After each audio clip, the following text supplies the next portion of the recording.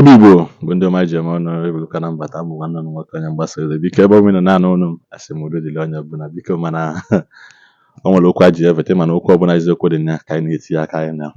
O nwere vidiyo anụ na afụ n'akụkụ ebe a nwanne anyị nwoke ekwukwana ihe nwechi ihe okwucha maka ya maka a sị na agbụsị gba otele amala akọ. Biko nenene vidiyo anụ ama m na ya amụtalịrị ihe na vidiyo anụ nwa na-emebe a. Biko na-enecha ya lue na ngadebi ya ebe ọ kwụsị na ngwụsị ya ọkwa ekisa asụ ya ya nwa na ngosi ya ebe ọ kwụsị na-enecha ya ya amụtalịrị ihe mere na dị vidiyo. Biko maka o nwere ozi dị mkpa o ji sị ka ozie ụmụ Igbo anyị maka na asị ebe onye na-amaghị ebe mmiri so na bido mawụ ya ọmụmakwa n'ebe ya na wee kwụsị ya ghọtago na vidiyo aka ụnụfụ.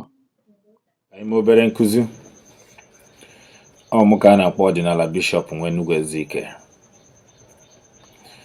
tụrụ kpọkpọ si na ejighị ike gba ogwe na ngọmọfọ ma ya bụ fọ ka idide jawani. Ife m chọọ imetụ aka taa bụ ajụjụ mmadụ jụrụ m na mmiri yesterday. Ọ jụrụ m kedu ihe kpatara na ọtụtụ ezinụlọ na-anwe ọnwụ ike, kedu ihe kpatara na ọtụtụ ezinụlọ adịghị aga n'iru, kedu ihe kpatara na mmadụ kpatacha ego tacha afọ ruo mgbe ọ kpatara ego ọ nwụrụ.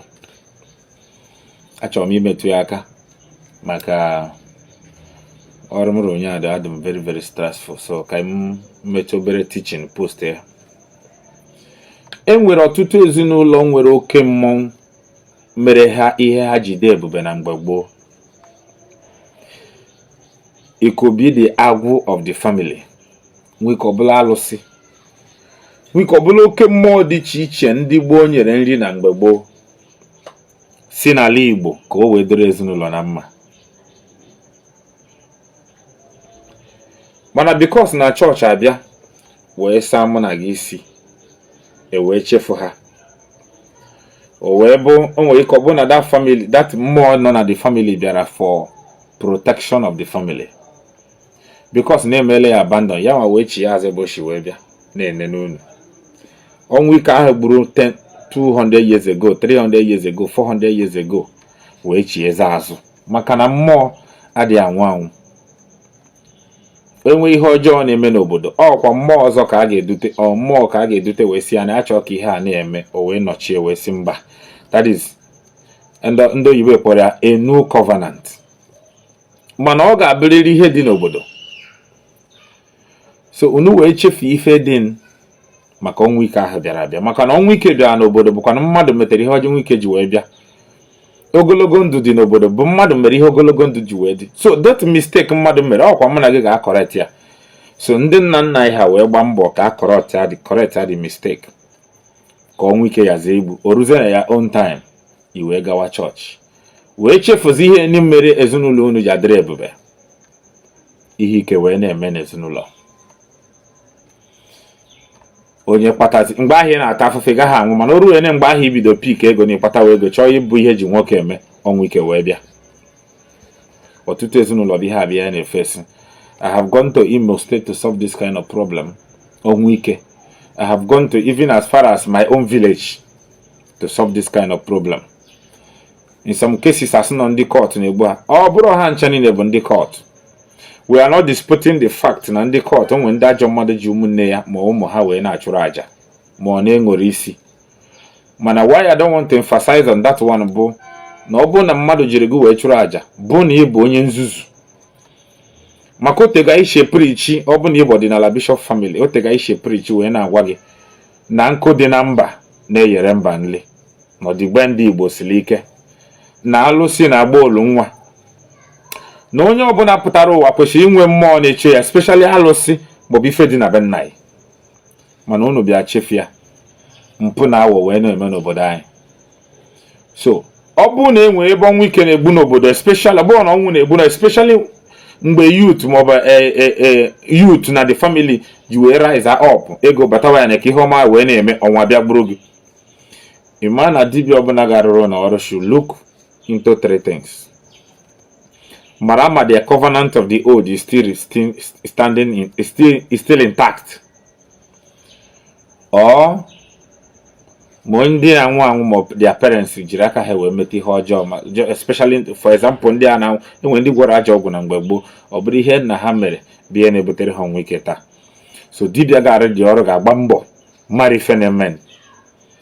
Ọ bụ ha ga-enomi anya, ọ mgbe ahụ ka a ga-ama ndị bụ dibịa na ndị ji mụọ dibịa, ndị arụsị kpọrọ oku na ndị na-akpọ arụsị oku. Achọpụta ya, udo wee chịa, asolve the problem, family anwụdebe, udo wee dị na family. These are many other things so n'ihe na-ebute ọnwụ ike na family. Ndị na-anara mmadụ ala ha n'ike, ọnwụ ike na-abata na that family. Onye ọbụla na-egbu mmadụ na-ebute ọnwụ ike na family.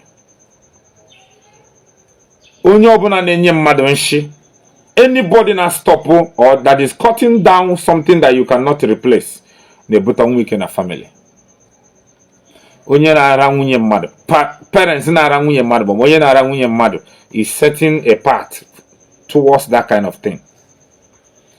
So ihe a bụ ihe dibịa ga-atinye anya mara ebe mmiri si wee banye n'opi ụgbọgịrị, ka enwe ike wee zọpụta the generation of today that is very very confused, that are very very confused.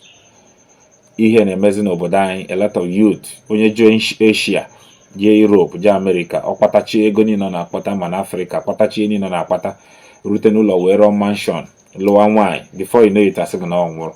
So many of them abụrụ ndị nọ na village mere ya, so many of them abụrụ ọnwụ chi gị, ọ bụ ajọ ọnwụ. N'obodo anyị si bịa, it is an abomination for youth to die, for a youth to die. Mana today ndị youth na-anwụzi na be anyị. So dibịa ọbụla such family mere approach to help them should look very very deep, consult everything consultable, ka ị mara how to administer or how to minister the power, how to approach the problem, because the mission and the work of every called dibia is to make sure you restore our people to normalcy, bring them back to their state. Ha ga-abụ ha nọrọ ahụ wechọpụta na ndụ dị mma. Ọtụtụ ezinụlọ na-ata afụfụ dị iche iche. Enwere family ọ bụ poverty bụ eji ha. Nwere mbọ ha ga-agba na ebe ha si bịa nke ga-eme na ha ga-aga n'iru. It's very very painful. Ọtụtụ ezinụlọ bụ na nwaanyị a mụrụ ebe ahụ adị alụ di, ha lụgodu di, a ga-divorce ha alatawa. Ọtụtụ ezinụlọ bụ na ha gbachagodo boy na ha na-disappoint. Onwere ensure as far as na ha shi na that family wee pụta, dị na ha mee business, that business will crash. These are the things that are rocking our society today, our community today. Mana ndị church bịa na-asụ unu isi. Some dibia abịakwa jiri unu na-akpara ego. Instead of dealing with the problem of the past, they are lumping you again into the new problem. That is the problem we have today. But as na onye nwere ntị ga-anụrụ, enwere family ọ bụ melu ma ala, they cannot progress. Something is wrong somewhere, and it is the work of the dibias, ndị akpọrọ oku, whenever this family approach you, for you to address it and bring them back to the new covenant, so that you can renew the ancient covenant and make it new, so that the generation of today will enjoy the blessing of the old, living in the world of possibilities. Udo dịrị unu. Ọ mụ ka a na-akpọ ọdịnala Bishop West Cover. Ofu onye adịghị anụ ụda egbe. Ogene na-afịa. Onye majem ọnụ ụna nnechago na asị biko ọnọbụla isi na nnecha tila ya aka na subscribe button, tikwala ya aka n'aka mgbasa ozi bụkwana na share button. Biko tikwala ya aka ebe ọ ya bụ itinye aka ị na-enweta notification ebe ọbụla ma ọ bụ na ji weti vidio, fọwụkwanụ na the bell button ka ọ dị n'ụbọchị ọzọ.